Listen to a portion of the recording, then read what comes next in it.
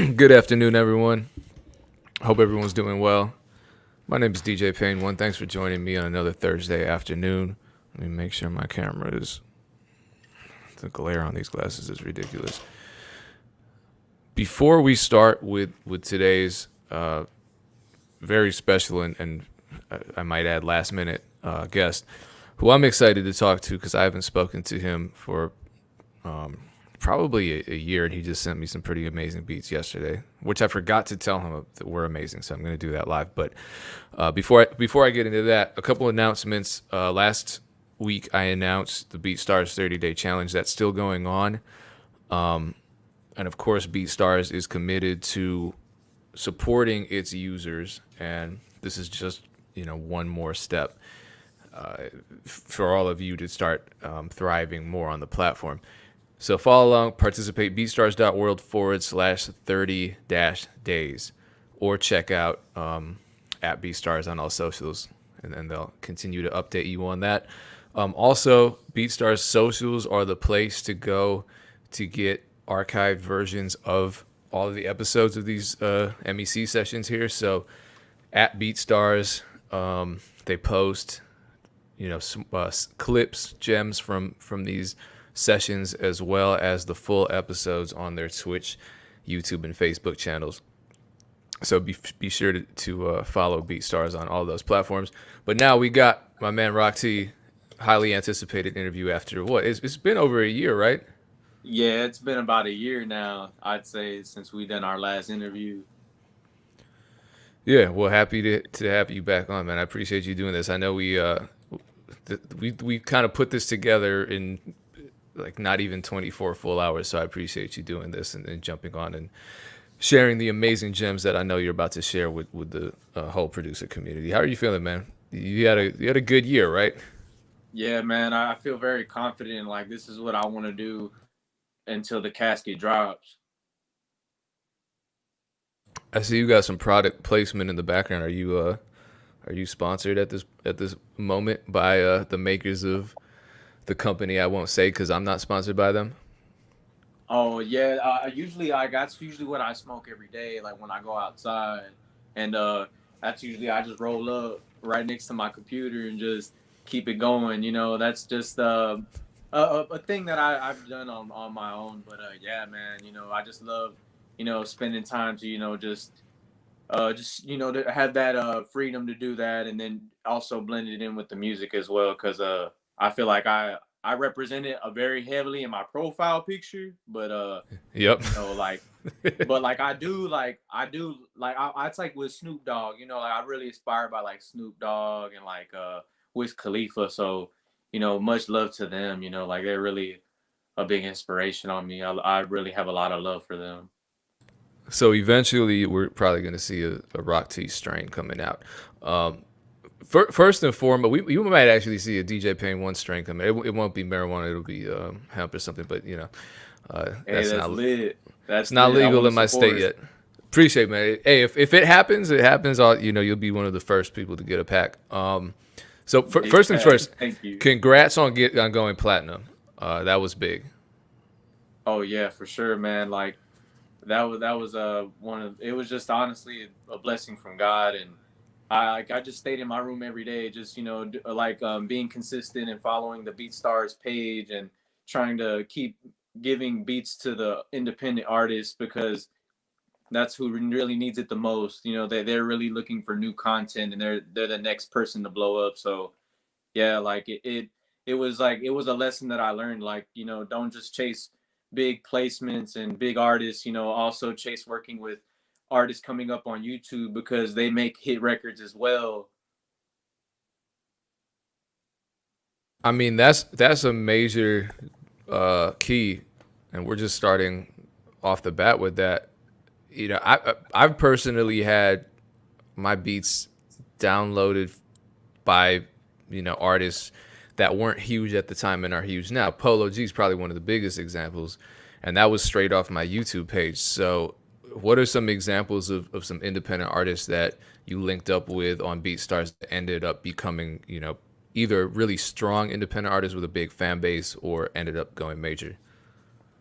I'd say, you know, Money Man. Like Money Man, I definitely got to link with him right before he had that 24 record with Lil Baby, and like right before like that record really released, like that was when I got in connection with him. I was able to like DM him, and he replied to me, and he gave me his email, and I was able to like flood him with a whole bunch of beats because I've always been inspired by his sound in high school and in college. So you know, like that was like I'd say one of the main artists that I'd say that I worked with, that was like that right before they had that big break song. Like I was able to encounter them before that, and it was just a blessing, you know, God's timing.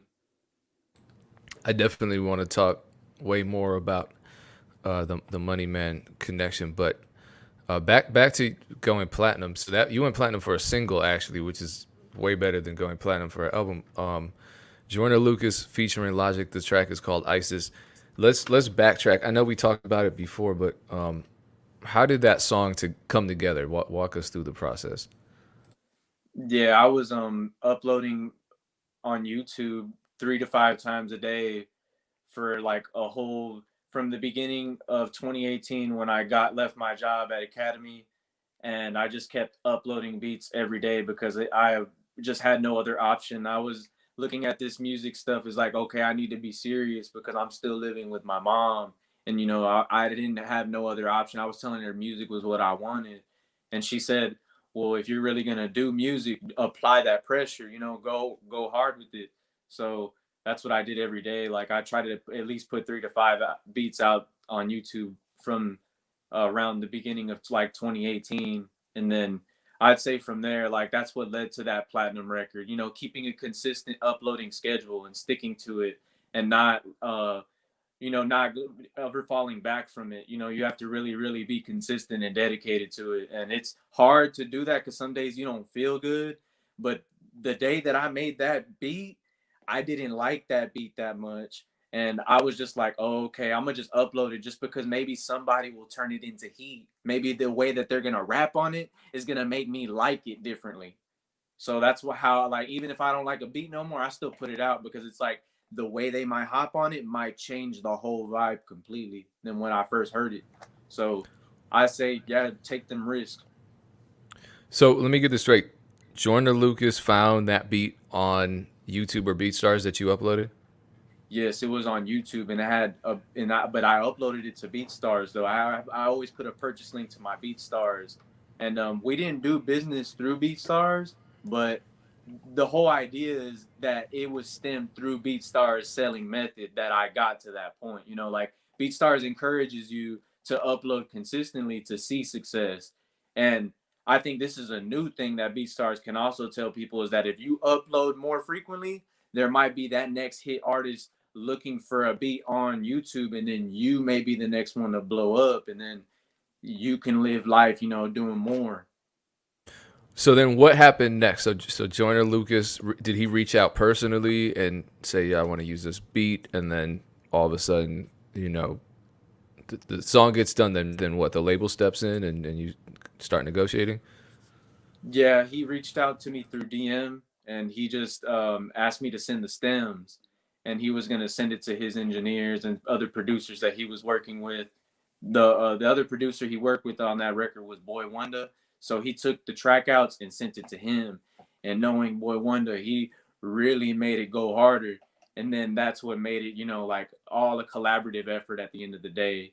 And that's how it really happened. And then after that happened and the song came out, I just sent my lawyer's info to him, and he sent it to his management, and they worked it out, and everything went smooth. You know, it wasn't as tough as other situations that I've been in the past, but I'd say that situation went smooth. So how was it like working with Boy Wonder? Did you ever have a one on one with him and converse about the track, or did you just kind of let him do his thing and then you heard it when it was done? Yeah, I actually let him do his own thing. Like I really don't like to speak much on matters until they're like really, really out there and it's already there. So I did have here Joyner himself say that he wanted Boy Wonder to throw in on it. And he also mentioned Timbaland was that he sent it to him too. And so like I really was like, okay, like we'll just wait and see, like, and until it comes out. And then when it officially dropped, that's whenever I said, thanks for throwing in on it, and then showed love back. It was really cool, like, to get love from someone in that standard in the game, and like, they're showing love still. Much love to Boy Wonder. Have you linked with Boy Wonder since that track? No, I actually haven't, but he's definitely shown some support for sure, tremendous support. So much love to Boy Wonder. Like we both have a lot of work on our hands, I'm sure, and we're still always staying busy. But I definitely in the future we will have to link again for sure. Like, I'll show much support to that. Well, he's watching right now, so I'm just kidding. I have no idea. But shout out to him. Yeah, no, he's definitely one of those people whose impact in the producer space is felt and appreciated. Yeah, for So real. so shout out to him. But isn't that the hardest thing to do when somebody says, you know, A, B, and C might happen and you're really excited about it, but you don't want to share it because if it doesn't happen, then you kind of feel like a fool. Yeah, that was definitely on my mind for sure. But I just got to keep the info tucked until it's legitimate, and then once it's out there, then you're good. Yeah, because that happened to me when I was working on the last Ludacris album, and thank God no one told me that Jay-Z was supposed to be on the record, because I don't know Oh, what I would have done. And then to find out at the last minute he wasn't on the record, but I was cool with it because and Rick Ross ended up being on it. But dang, that's Rose though. Much love to Rick yeah, Ross. but if someone had just said, "Oh, Jay-Z's coming, is going to get on this record," oh my God, well, what would I have done for that like 3 month period until they announced that it was Rick Ross? I would have Right, been yeah, miserable. that's true. Yeah, I guess I probably would have just hidden my phone for a couple months. Yeah, so Yeah. let's go back to this whole making 3 beats a day thing. I checked your Instagram post, and everyone, not everyone, but a lot of people are posting their BeatStars Impact 2020 images, and it'll show you how many plays you've got and how many followers you've gained and how many tracks you've uploaded, and it was like 1,200 for you, 1,200 beats. Yeah, for real. It was about that much. And I'm looking at it like, no, that can't be right. Because I think mine was at like 500, and I'm sitting here like, yeah, I make a lot of beats. Yo, 1,200. Yeah, man. Like, I'd say like it's like just getting up early, because I get up at like, I'd say like 5 or 6 in the morning, because I just wake up and I just start feeling like, man, like, I don't know. I start getting paranoid. I just first start feeling like you can get a lot of work done right now. This is like Elon Musk hours. You can like really like grind it out and just go in. So I just try to just take advantage of the early time during the day, like to really like just go in. Like, but sometimes I'm not gonna lie. Sometimes I don't wake up, but for the most part, I try to stay like take advantage of the early time during the day so that it maximizes output. Okay, do you ever go through periods where you need inspiration and maybe you're experiencing beat block, or I don't know, what do you do to make, because I get asked that all the time, because I think I make a lot of tracks. What keeps you going every single day, and what keeps you inspired every single day to make that amount of music out of thin air over and over again consistently?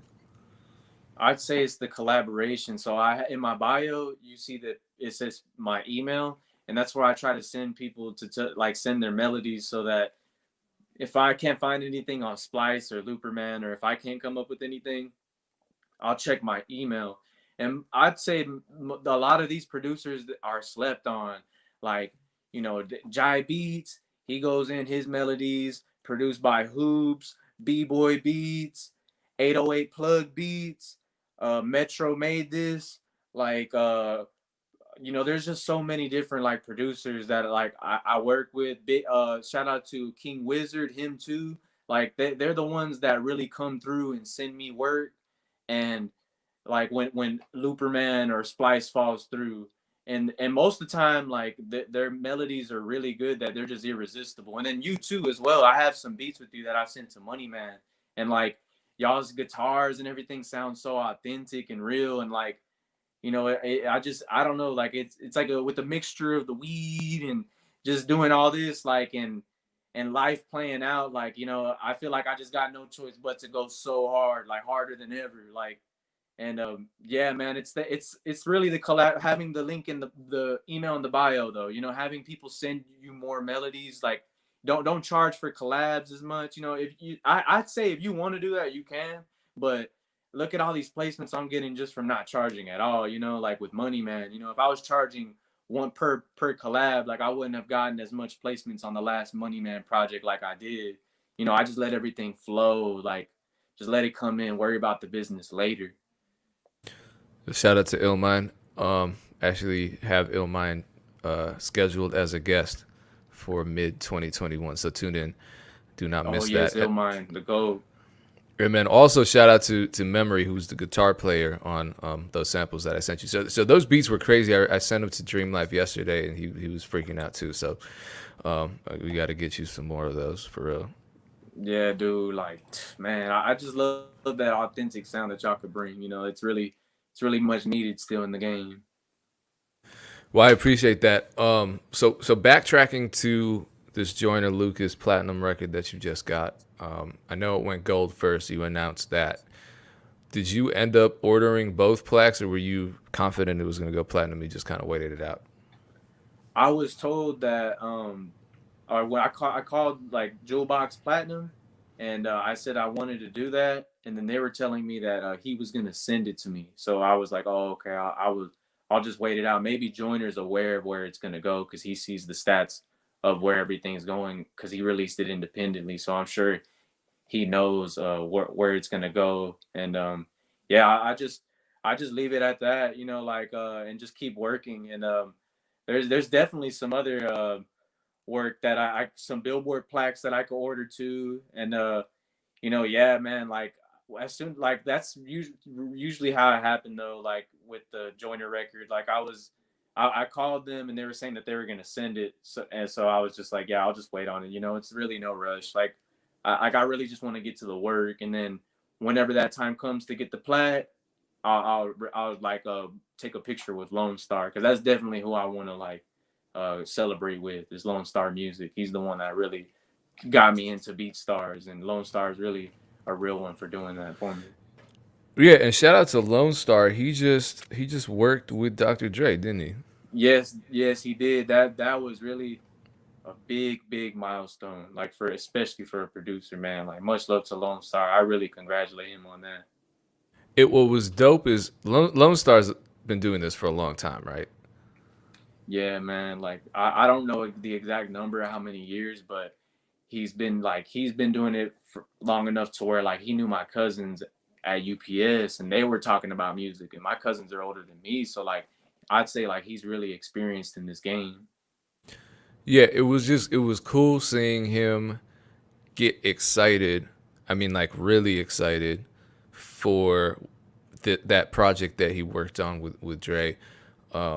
Just because, and I feel like you have that same energy where you're excited to make music. And I know people will ask me, I got beat block. How do I get out of beat block? Or how do you make beats all the time? It's just really fun, and every day is exciting. Like you don't know what's gonna happen. It's just you're making music out of nowhere. You don't know where it's gonna go. You don't know how. You don't even know what you're gonna do with it. Right. Is that how you feel? Yeah, and like it's just like it's just like just seeing like how like all the people that I knew in the past. I just been through a lot of trauma. Like I lost some friends at a young age, so like having like a lot of that, like those memories, like the pain, you just put it into the music. And like I really do want to encourage other producers that if you're going through so much pain, put it in the music, learn to transmute that emotion to the music because you'll see big payout from that too. So let's talk about you got the shirt on. You were on Money Man's highest charting project yet. and it was on the Billboard charts. It was also top 10 on the Apple Music charts. The album's called Epidemic. Obviously, people know the song 24 featuring Lil Baby. That's like his hit now, and it did really well. I remember way back learning about Money Man from the Beat Demons because he was going online and getting beats. So I know you originally linked with him online, right? Yeah, it was through Instagram DM. I actually just DM'd him and he surprisingly replied. And I think it's most likely because he's very active. You know, he's always trying to look for new people to work with. Yeah, and how have you fostered that relationship? Because how many records did you have on his last album? I had 10. Jesus Lord. Here's let me without. I mean, feel free not to answer this question or to answer it in as much detail as you want. You went platinum off the Joyner Lucas record, and you had 10 records on a charting album with Money Man. These are independent releases, so theoretically, I guess the question I want to know is because they're not major, and you probably got a fairer split, maybe. Are the royalties looking good compared to a major label placement? Yeah, for sure. Because there's just not so much middlemen. And there's not so much like going on. Like I'm just collecting just on my own. And rather than spending all of my money and like, you know, and not doing the smart things, I'm just saving it and just trying to be smart. Like I want to invest into um like my own like business in the future. Like and I do look into weed, but you know, there's other things than weed in this world that you could profit from, you know, like just like these beats. So you know, yeah, like I'd say that definitely, you know, being independent is what got me more money. Cause I remember prior to like the ISIS situation, people were trying to sign me in publishing deals, but I just never took them because, you know, they were asking about, they wanted a certain percentage of things that I was getting on to manage me and all that. And, you know, that all I thought about was how that's just cutting the check shorter, you know, when you could just learn to do it on your own and just try to be more disciplined and take the risk. And I feel like that's what I'm doing. You know, like I really just wanted to take the risk upon myself and just stick the independent route. You know, like just have full faith in like yourself and just let it right. You know, let everything go. So you're self-managed at this point, self-published everything.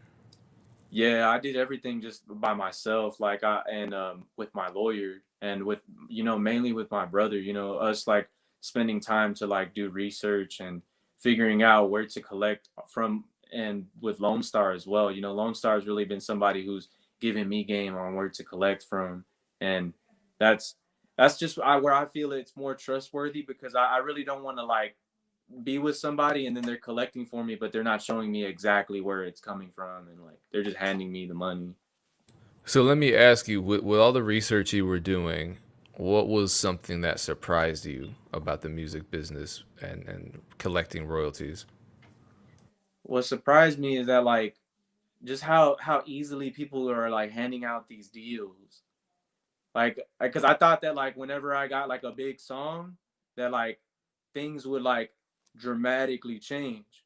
But no, like I feel like all it really did was make me more aware of like how where I should be trying to what I should be trying to do and where I should be collecting from, and just being more cautious about people who pull up on you because there's been a lot of like snaky people that have been in my DM trying to manage me and trying to hit me up, and like I noticed like it may not be me, but you never know. Like not everybody thinks the same way that I do because everybody's human. Like they may take a deal like that where they get managed by someone who ain't really like in their favor, and they had a good run and they can't release music, and that's the part I don't want to risk. Like I don't want to risk my BeatStars flow. Like I'll never risk my BeatStars flow. Like because I know that that money is more promising than a deal to in my opinion because I see BeatStars money every day. A deal they just give you, you know, like I think they really wanted from in my experience from what I've been offered, they just wanted to give me money that was up front. But it's like, you know, I'm already making this money off BeatStars, you know, like I don't really need your money. I just need the connections. Like I don't need ownership. I just need the connections and we split it even. That's really what I want more. And then we both can work that way and I could be my own brand still. So it just taught me more to be more really be more prideful in your own brand and your own YouTube channel, your own authentic creations, and don't lose faith in that. Like you don't need to rely on like bigger people in the game to be successful. Wow, you just said a lot. I'm trying to unpack. So you would be willing, hypothetically, to sign a management deal or something if it made sense, and if you just, split things fairly. Yeah, yeah, like if it would have to really make sense, but from my experience of like working with people, it's always been like they were trying to rush me into it, like we want you to be in by this time. And it's like if I don't trust anyone who's telling me that, because it's like I shouldn't be rushed into, if we're just getting placements and splitting money up, I shouldn't be rushed into something like that. I should be broken down what everything needs to mean, because that's something I feel they don't do as much, breaking things down and letting me know exactly what everything means. So you're saying that's a red flag if they're not willing to have a conversation, they're trying to rush you into something. Got it. So it sounds as though you're saying that a lot of the people reaching out to you are asking for a cut of your BeatStars revenue along with whatever deal you sign with them. Is that true? Yeah, like they also want to take earnings from things that I did before I was even with them. So it's like I don't really want to do that, because it's like why don't we just collect on what we did in that moment? We don't have to like go over my whole catalog and do this whole complicated thing. Like I feel like I should have the freedom to just, still be my own person, because I'm not really in a rush to like go anywhere. I just want to make good music. So you feel at this point, I mean, these connections that you've made, right, with Money Man, with Joyner Lucas, with all these artists, you made them yourself, correct? Yes, through no A&R, no management. Okay, so that's that probably leads you to think that if you can do it already, you can continue doing it, right? You just keep networking, keep working. I mean, you're a creative. You have to. I think for a lot of producers, the prospect of management means getting the connections and not necessarily trying to get them themselves. You know what I mean? And you're the Hmm. opposite. You see it very differently. Yeah, like I really feel like if you it's for I'd say if it wasn't this pandemic, I would really be networking and being out more. But it's been an impact, so I just been kind of laying low doing it through online. But I still feel like that's working out. But for sure, like if the management stuff isn't going to be the route that a producer that is independent is going to do, then just show up to those events like South by Southwest, and really go to places like that, because they like you can really make connections there. That's how I made my connections when I was trying to come up. It's very tough, but you have to really like put yourself there in person and talk with them. Like, cause I really do wish I can be back in person with artists again, like before the pandemic, cause that was like my favorite thing to do. Like is to be in the studio with a lot of different artists and having fun, and just really get into music, cause then the money comes later. Have you done any virtual sessions? I know people are doing sessions on Zoom. I have, but like it just didn't really feel the same. So I was like, man, like I don't know, like I just really just been staying like right now just in the flow of sending Money Man work, because he's really just we have I'd say I don't know what the exact number of how many snippets we have under the in the vault right now, but it's at least like about five. So I'm excited for those to come out. Like Money Man's really been active through this pandemic. So he's definitely gets an award for one of the most active artists through like the pandemic for real. And he should get an award for probably the most relevant album art as well. Yeah, his album art looks clean too. Shout out to that, Well, man. because that started like he put when did he put that? He put that out right when the pandemic started, and it wasn't until later on that I think other artists started to kind of reflect the times in their art, and he did it right away. So that was, it was interesting. He was early, and Yeah, man. I Shout out wonder to him. why. I guess he just knew this was going to be way worse than everyone else thought it was going to be. Yeah, man, for real. He's a lot to learn from his music. So how has your life changed since the last time we spoke? I know you were living with your mother to save money. Is your long term plan to buy property? Have you already done that? Nah, my long term plan is to really just keep trying to make good music. Cause I feel like even though I've made like the music that I've made currently, it to me it's still not enough. Like I really want to keep zeroing in, letting the paper stack, and just trying to make good records still. Cause like ISIS is definitely a good record, but for me it's not enough. Like I really need to keep going and keep pushing harder. And I really just love the idea of that. You know, like I get to wake up every day and keep shooting for more shots. What is your life slash work balance? I know it's, for me it's really difficult to be as productive as I am, and maintain a healthy social life. How do you find balance so that you stay grounded and happy with the amount of work that you're putting out every single day? uh just really like disconnecting from like uh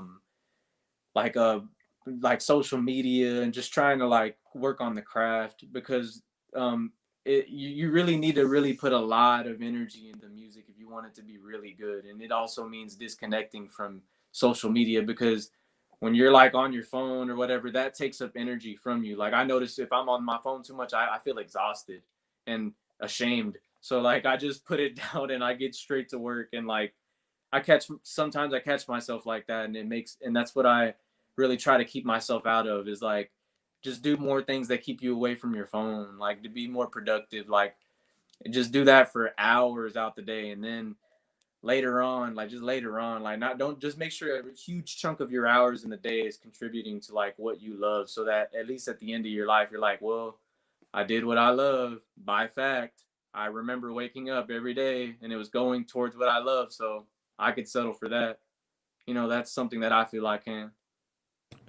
I just want to remind everyone in the chat, feel free to ask questions.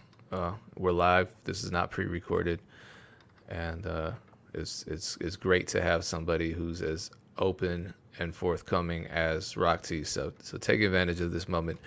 I know this happened a couple years ago, but how did that record with G Herbo come about?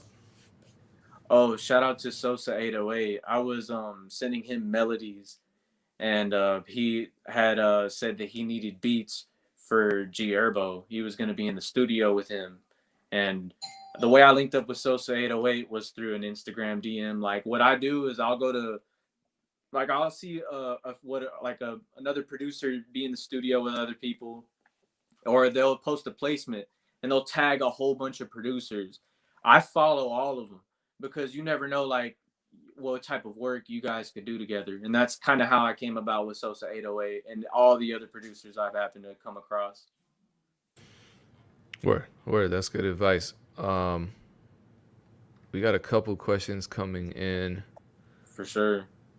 Let me ask this one first, and then I want to tie this other one into something else. Bufo wants to know if you feel like cannabis has had a positive influence on your creative process. Yeah, for real. I feel like it does. I'm not afraid to admit that. Like, I feel like it really does make me like uh just like whenever I first make my first beat of the day, when I go through the first three I feel kind of tired and I'm like, oh, I need some, I need something to kind of keep me going. So I'll just have a smoothie. I got that ninja, I'll make a smoothie and I'll hit some of the bud. And then like you after you have that you feel like you can make about four more beats. And then have something, just really mix like the cannabis with like a good diet and everything. That's kind of what I try to do, and drink a lot of water too. Like I don't like to make it just cannabis. Like make sure if you're gonna have cannabis also have like something else like water, a lot of water, to keep you going. You don't want to just crash out and have too much grease in you and like like greasy food. So that's really what I feel like. Cannabis really can help you, but don't just think it's just cannabis. Also have water. You know, water helps out too. You know, let's not sleep on H2O. So like, yeah, cannabis does help, but H2O too. What do you put in the smoothie? I'll go to the store and I'll just get, they have like a whole bunch of like berries, pineapples, oranges, kiwis, and I just throw it all in there, and then I get a little bit of cranberry juice. Shout out to Dogface, and then I blend it all up, and then I pour it up, and I put some ice in there too to keep it like, just real cold. I like it real cold, and then yeah, man, I feel like that's what really gives me the energy to keep going. You know, like cannabis does help, but like the real, I think, is the diet. You know, the diet part. Is that something that changed from the last time we spoke, or how did you learn that? Were you feeling tired and then you realized you had to make a change in your lifestyle? Yeah, like I just noticed that like every time I would eat like a burger or something, my stomach would start hurting, and I want to go lay down, and I don't want to lay down. Like now, what I do is I throw a whole bunch of stuff on my bed so that you have you can't lay down. You have to take everything off your bed, and I don't want to do that because that's too much work. So I'm like, just go drink a smoothie. Don't eat, don't try to, like, I try to, make sure that like what I'm putting in my body is like really giving me that energy to put in better work and go harder. Cause I noticed that from the past, like when I first started out working on by myself, when I would eat too much like bad food, it wouldn't help me keep going. So definitely like, you know, stay energized by like a lot of nutrients and try, that's what's really going to give you that extra crunch time you need to get those extra beats in. Yeah, I mean, I'm at the age where my my peers, my mentors are dying from preventable illnesses. Mm-hmm. And so, these late night studio sessions until 4 in the morning where you're eating fast food, the room is just full of smoke, everyone's drinking soda or alcohol or whatever. It's like it's part of the studio culture, and I personally can't stand it because it makes me feel miserable. And do you see that changing anytime soon? Yeah, I do, cause like just with like the with substance abuse going on in the world, a lot of people are having some issues with substance abuse. So like I feel like you know that eventually we'll run away from, like, we won't run away from it completely, but I feel like we'll sway away from it. It won't look as cool as it did, like, you know I guess in the eras that it did come out, because I know it's been around for a while, but it fluctuates. It has popularity throughout the years, and I think it through as we get older in time though, like, people are going to encourage to like have better diets and like focus on like their diet to get work done, because that's what really matters. Like your body is like, you got to take care of it, because if you don't, then if you don't get sleep or any type of good food in you, then you can't create that music, you can't create that magic, because you don't feel good. Well, yeah, and you might not be around to enjoy the lifestyle that comes with all that work you put Yeah. in. So hey, more congratulations! You just hit 1 million BeatStars plays. So you're about to get the big BeatStars plaque, I believe. Yeah, it's gonna Um, go up here. That like yeah, I was honestly like, man, I really want to have the other plaques too, but I'll just be patient. I'll just be patient. Much love to the game. This is the way the game goes. well, that's the beautiful thing about BeatStars. They send it to you, whereas most of the other, I mean, Billboard, Spotify, RIAA, they send you the jewel box and you got to pay that $300 for Yeah. it. Damn. But hey, you're getting that independent royalty money, so that's nothing. But when you first started selling beats on BeatStars, was it easy? I mean, reflecting back on now that you're at 1 million plays, was it easy, or did you have to put in a whole lot of groundwork, and what was that like for you? I had to put in a lot of groundwork, because nobody was gonna, like, you can have some dope beats on there, but artists like they want to find, from my experience of working with independent artists closely before BeatStars, they always would tell me, send me more than one beat. I want an abundance. I don't want like just two or three beats. I want an abundance of beats, so I know what options I have to get creative with. So I just look at my catalog as that, like, the more the better. And then if you do the math, like, if you sell like if you sell the BeatStars leases, a wave lease for at $50, and you got 2,000 on there, 50 times 2,000, that that's all that right there. Like that's really for you. That's money right there for you to get. But you just have to be consistent and make sure the work is bumping. Make sure it's hidden in the mix. Make sure it's working for them, and then they'll be on their way to use it. And yeah, so it does take a lot of groundwork. You don't just settle at 100 beats on the catalog. Shoot for them big numbers. Like this music shit is not going anywhere in my opinion. I think more people are gonna get involved. Like just like how I did, there was already a lot of people before me, so I could only imagine the more people that are gonna come in after me and everyone else that has come in before me. So it didn't take off at the beginning. How did you maintain that level of faith? Because it's easy to just try for a month or two and then say, nah, this isn't working. It's all a lie. But what made you persist for? I don't know how long it took for you to actually feel like you were starting to make a living off of this, but it must have taken some time. It wasn't just a month or two. Yeah, it wasn't like I'd say like it took about a year or 2 years to really like see that like okay, this could really be a reality. Like this could really be it. Like in the beginning of everything, like it was all confusing because I went to school for from kinder through 8th to 12th grade, high school, and then I went to community college for 1 year, and they never taught me like about starting a business or anything, so it was all new. Like it felt like the first day of school. I was nervous, but in my room, and it's like, damn, like I got to make all these beats, and they got to go hard. And I'd say what gave me that inspiration to keep going was, just really realizing the payout. Like it's either chase that big dream or die realizing you didn't do it.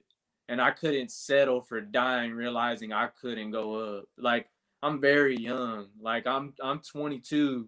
So like I'm not gonna like just quit on life at 22. Like, nah, I can't do that. Like there's still enough time. And I'd say big shout out to Gary Vee because Gary Vee was really somebody I was watching like when I was going through that beginning phase of like trying to come up, like watching positive content, like making sure you fill your mind with positive things. Like, don't think about the negative things in life. Think about positive things. Like, because when you think negative, like it's very contagious and it gets around the room and everything. So we gotta like be aware of that and like move optimistic.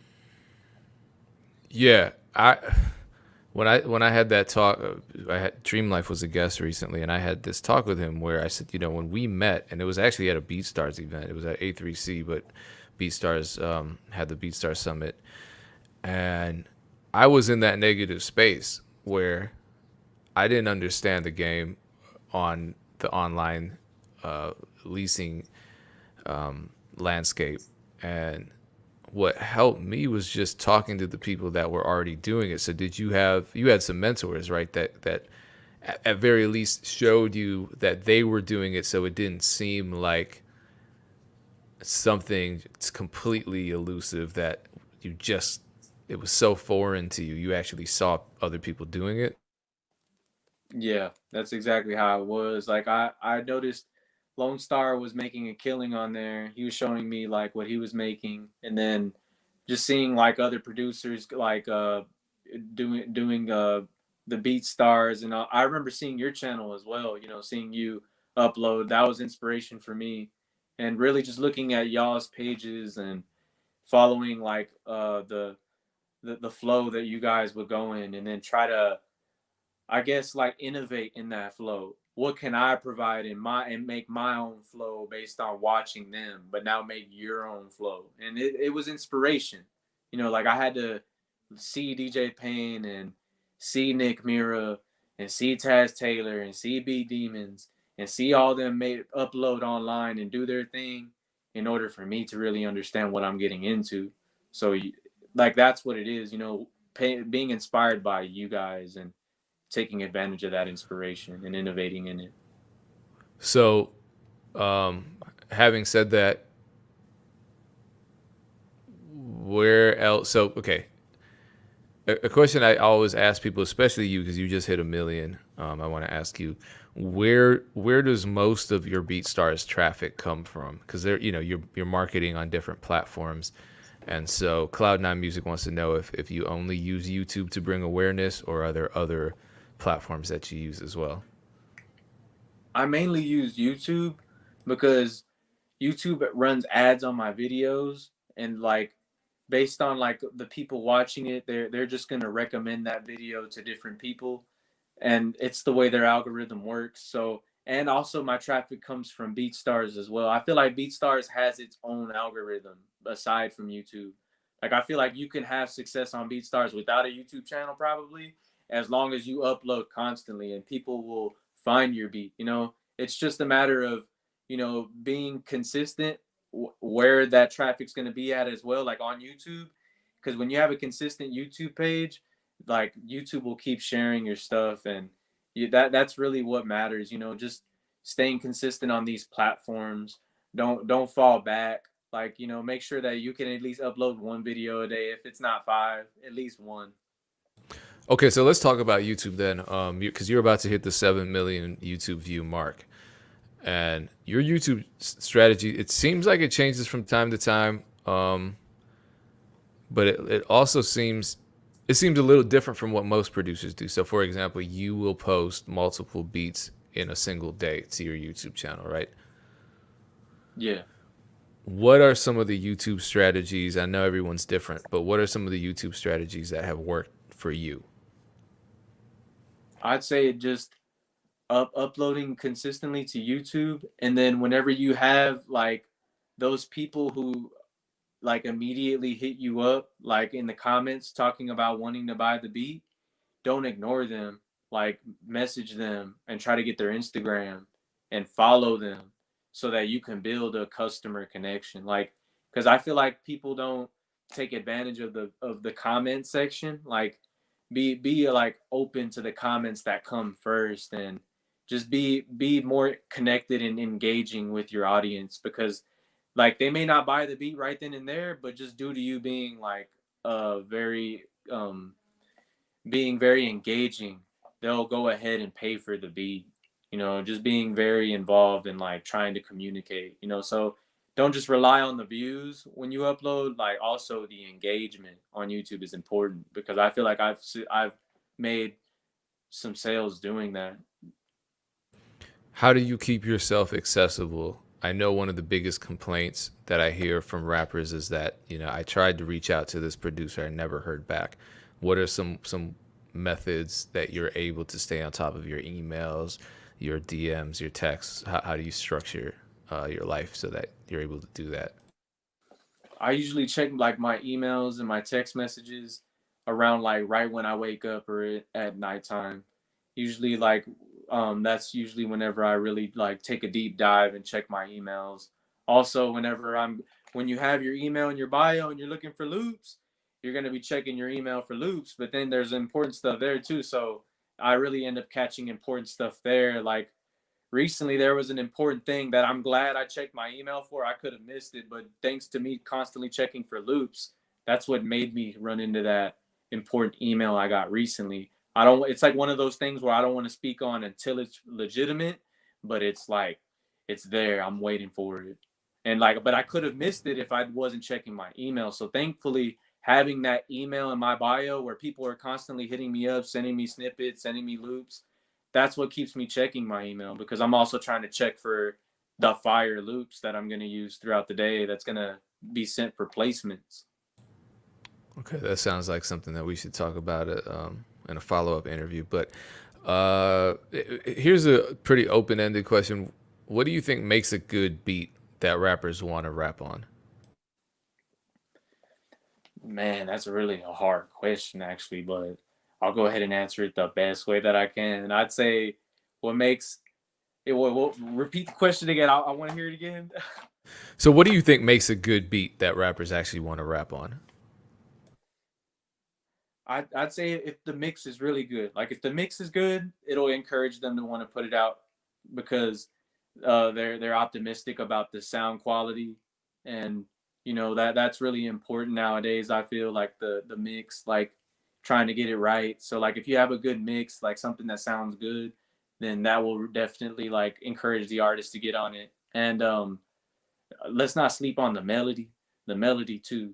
The melody is very important. Like, and that's the whole core. I feel mainly like, even though I mainly produce drums, like I always like try to make everybody who makes melodies like send me melodies, because that's what's also very important too. Having a catchy melody that the artist can harmonize on and make something catchy around. So obviously your mixing um, has evolved over the years since you started. What are some mixing tips, and maybe what are some mixing mistakes that you fixed as you gain more experience mixing your beats? I honestly used to just turn everything up too loud because the speakers I had, now I got the Yamaha HS8s, but back then I had the M audios, and I couldn't hear a lot of bass in them because those didn't have as much low end like these. So I was mixing my 808s with too much bass, and my bass with, my guitar rig or any guitar that I was using, something like that, I would have too much bass in them. So I'd say like what got me with the better mix was really just getting some new gear, like trying to hear like what my music sounds on other stuff so that I can be aware like what to hear for. And also like I think I notice a lot of rappers have these speakers in their studios, so I'm like, all right, well I might as well just make beats on that speaker because they're probably gonna hear it on that one, and it's probably gonna sound like what it's gonna sound like on that. So hopefully that's what I've been doing lately. Like, and I hope I hope to think that I honestly does work. So like I just say like get some good gear. Don't sleep on some gear. Don't be afraid to invest into some dope speakers. And some interfaces. That's really important. The quality and everything. Do you use headphones during the mixing process at all? Yeah, I got these headphones right here. That's on my HomePod. I use them. Like at usually I'll use it whenever like when I'm trying to hear the bass, like I need the bass to be right. I don't want too much bass. Sometimes when I'm hearing them on speakers, I feel like it's too much, so I need the headphones to really hear and turn it down. So like headphones, yeah, it's definitely very useful. I do recommend people producers kind of get like into producing on headphones too, because it does help. What was kind of headphones did you say worked for you? Oh, these are some Yamahas, but I don't know what exact brand they are. Like I mean not brand, I mean model. My bad. But yeah, they're Yamahas. Got it. Okay, so your drums still are kind of loud. Like they hit hard in the mix, but they're not overwhelming to the mix. There's still space in your beats for the artist to record their vocals. What's your drum mixing process like, or do you have any tips for mixing your drums so they hit hard and they're not, messing the mix up? All right, if y'all got FL Studio 11, go to options, audio settings, project, general, disable the circular panning law. DM me if you want to know that, because FL11 for some reason the drums hit harder on there than on FL12. I started out on FL9. So like over the years I would update, and I just noticed the drums were lacking on 12. So like if anyone has the courage to make the switch, I advise doing it, because you'll definitely hear a difference when you disable the circular panning law. It'll make the Z808 and the Spins 808 stick out a lot more. And it's not like clashing, it's that stick out that the rapper wants. That's so interesting. FL is I don't use it. FL is so mysterious to me because there's all this stuff like FL users that talk about the different versions and how somehow the audio engines are just slightly different. They're like you can tell on the snare there's a little bit of hiss in version 13, but then yeah, it's weird. Bufo is right. It does sound like a conspiracy. I don't know what these people are doing there at the programming building. Crazy. Here's a question from Bufo that isn't conspiratorial. Oh no, that's not a question. There's a lot coming in. Are you selling exclusives? I think it can go either way based on how much you have in your catalog. But what are your thoughts on exclusives? I encourage artists to sell them. I mean, not artists, I mean producers to sell them because the reason why is like you don't want to just keep giving like artist lease that are independent leases. You want to give them like exclusive beats so that they really know that you trust them with owning that exclusive. And you don't have to like, run up the price tag. Like at the end of the day, like what I do is I try to understand what their budget is and be reasonable. Like, is it a beat that's charting on my BeatStars page like crazy? Do I really need to tax them like crazy? Like, nah, like I'll reason with them, and then they'll always find their way to come back because I have that communication aspect when it comes to the exclusives. Most producers are probably just take it or leave it with one price, but me, I'm not really like that, to be honest. Like, I'd rather negotiate for something so that they can feel comfortable with doing business with me in the future. So do you use any forms of marketing? Is it always organic, or have you ever run ads? Do you have an email list, anything like that? I just upload to YouTube and just thug it out. I haven't used any advertisement. Uh, I tried it whenever I got a placement back in 2018, but then I deleted my Facebook, so I can't really. I have to make a new Facebook. So like I haven't been able to run Instagram ads, and yeah, like I haven't really used any ads. Like, to be honest, like I've been just straight organic, and like it's been happening. I think it's really because of the output. Like people are really looking for music. They are. It's just it's slept on. Like you would think that if you're not around people who do it every day, but like the more and more you see, other people that are involved in BeatStars and actually making a killing, the more you can really take advantage of that set of BeatStars. So like, yeah, it's the output, man. Like that's really what it is. Yeah, I mean, you definitely stand out based on your catalog size. That kind of goes without saying. Yeah, I'm thankful for it. There's gonna be so many artists that'll just keep looking for beats, and I try to change it up every day. Like to change it up, I'll make 5 beats in a day, and then I'll be like, all right, the first one is gonna be trap. The second one, it could be like some Rick Ross type beat, some authentic drums. The third one, it could be like a reggaeton type beat, something like just different every time, challenging yourself and learning more. And Splice is a big help. They have a lot of loops and things that you can use to innovate into your beats. So you switch it up then. You think of variety is the way to go with having that catalog. Yeah, honestly. Okay, so last question: how do people follow you? How do people connect with you? How do people check out your beat store? You can follow me at Rocktee, ROCKTEE. Follow me on YouTube at Rocktee Beats. Follow me on Instagram at Rocktee. And those are the main platforms that I'm mainly on. And just shoot me a DM, like if you have a question about a beat that you're interested in. And like I said in this interview, I can work with you. I'll hear you out on your budget and just make sure that we can land some work together. This is for the music, not for, you know, nothing else. Mainly to like satisfy the customer on what they need for the music. Well, once again, much continued success. Really appreciate your time, especially on such short notice. And thanks for always being honest and dropping a lot of information in these interviews. Yeah, for sure. I'll always be open to helping to share with BeatStars. Okay, so you heard it here first. Part two coming soon. I want to know what was in that email. I don't want you to tell me now, but when it happens, I want to find out what it was in that top secret email that you got the other day. Oh, okay, yeah, for sure. I'll definitely let you in on that. Okay, well, hopefully we can talk about it openly. Once it all comes into fruition, we figure it out, and we can talk about it. And whatever it is, you signed with Rock Nation or something. We'll see what it is. Yeah. That would be cool. Rocktee, Rock Nation. I don't know. Rocktee, Rock Nation. Anyway, shout out to everyone in the chat. Appreciate all of you. We'll be back. Dame will be hosting the next MEC session next Monday at 3 p.m. Eastern Standard Time. The MEC podcast drops on Monday mornings. That's also powered by BeatStars. And check out BeatStars.world for all things going on in the BeatStars universe.